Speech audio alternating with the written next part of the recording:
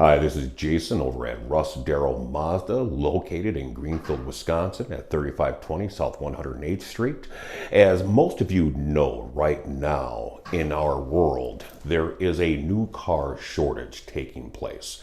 That new car shortage is affecting every dealership in town. So what Russ Darrow is doing to combat that new car shortage is we are trying to fill our used car inventory to the best of our abilities.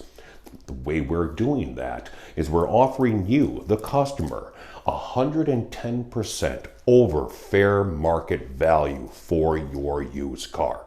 What that means is your car has never been worth more than it is right now. We will never pay more than we will right now for your used vehicle. This is a tremendous time for you to trade in your vehicle and get the most amount of money for your trade. Whether you want to trade it in or sell it to us, it's entirely up to you. Either way, we are willing to pay up to 110% over fair market value. Come see me. My name's Jason, once again at Russ Darrow Mazda, 3520 South 108th Street. Please allow me to serve you and get you the most money for your trade.